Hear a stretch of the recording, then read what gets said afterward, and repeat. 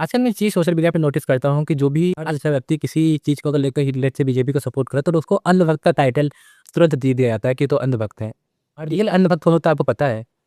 Real अंधभक्त वो लोग होते हैं जो लोग अब्दुल कलाम जैसे साइंटिस्ट के मरने पे उनको ट्रिब्यूट देने सड़कों पे नहीं आते। ये गैंगस्टर के मरने पे वो लोग सड़कों पे आकर उनको ट्रिब्यूट देते हैं।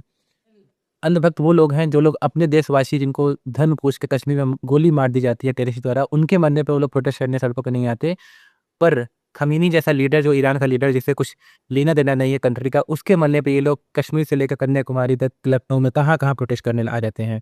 सड़कों पे रो रहे हैं आके, हाहाकार मचा रहे हैं जैसे कोई उनका अपना मर गया हो। ये लोग रियल अंधभक्त लोग हैं। और जो एक मूवी अभी धुरंधर मूवी आई है जिसको लेके ऐसा बोला जा रहा है कि प्रोपेगेंडा मूवी है।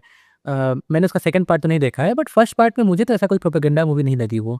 उसमें जो चीज़ दिखाई गई कि किस तरह से पाकिस्तान जो है टेररिज़्म को सपोर्ट करता है और इंडिया उसे काउंटर में क्या-क्या चीज़ें करता है, वही चीज़ मूवी में दिखाई गई है। और इसी की यही दिखाया गया ना कि क्या-क्या पाकिस्तान ने किया, उस वो सारी रियल घटनाएँ थी। चाहे वो प्लेन को हाईजैक करने वाला पार्ट दिखाया गया या मुंबई में अटैक का पार्ट दिखाया गया या बलूच पे जो बलूच लोगों को जो मारता है पाकिस्तान, वो चीज़ दिखाई गई हो, तो वो सब चीज़ें तो सत्य ही थी। उसमें तो कोई ऐसा प्रोपेगेंडा था नहीं इंडिया की तरफ से। दूसरा भी जो धुरंधर 2 में बताया जा रहा है कि नोटबंदी को लेकर कुछ है जिसमें ऐसा बताया जा रहा है कि प्रोपेगेंडा मूवी है।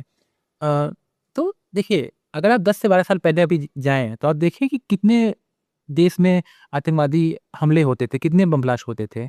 आए दिन खबर आती थी कि कहीं मुंबई में बम ब्लास्ट हो गया, बैंगलोर में बम ब्लास्ट हो गया, हैदराबाद में बम ब्लास्ट हो गया। इवन या जिस शहर से मैं आता हूँ, मैं बनारस से आता हूँ, जब मैं छोटा था तो मुझे याद है कि क स्टेशन पे बम ब्लास्ट हुआ, गंगा घाट पे बम ब्लास्ट हुआ, कचहरी में मल्टीपल टाइम्स बम ब्लास्ट हुए। फिर संकट मोचन मंदिर में बम ब्लास्ट हुआ। ऐसे ब्लास्ट हमें आज तो नहीं देखने को मिलते कि शहर में हर जगह आए दिन कुछ महीनों में कहीं ब्लास्ट हो रहा हो। मुझे ऐसी कोई घटना याद नहीं है कि ऐसे बम ब्लास्ट हो रहे हैं हमारे शहरों में आजकल। इसका मतलब है कि इम्प्रूवमेंट हुए हैं उस चीज़ों में।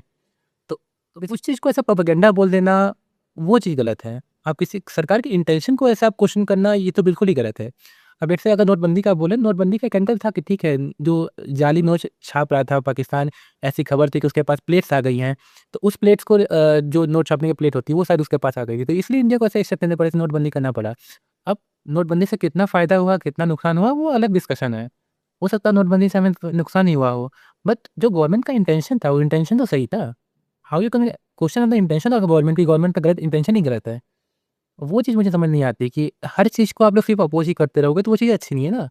जो चीज़ें अच्छी हुई हैं, उसको एप्रिशिएट भी करना चाहिए। चीज़ें अच्छी हुई हैं, अगर आप आस-पास देखोगे, आज से 10 साल पहले देखो और अभी देखो। हाँ, चीज़ों में और इम्प्रूवमेंट की ज़रूरत है, आई एग्री। जिसके आप क्वेश्चन करो, सवाल पूछो। बट हर चीज़ में आप ऐसा अनभक्त करना, ये चीज़ गलत है।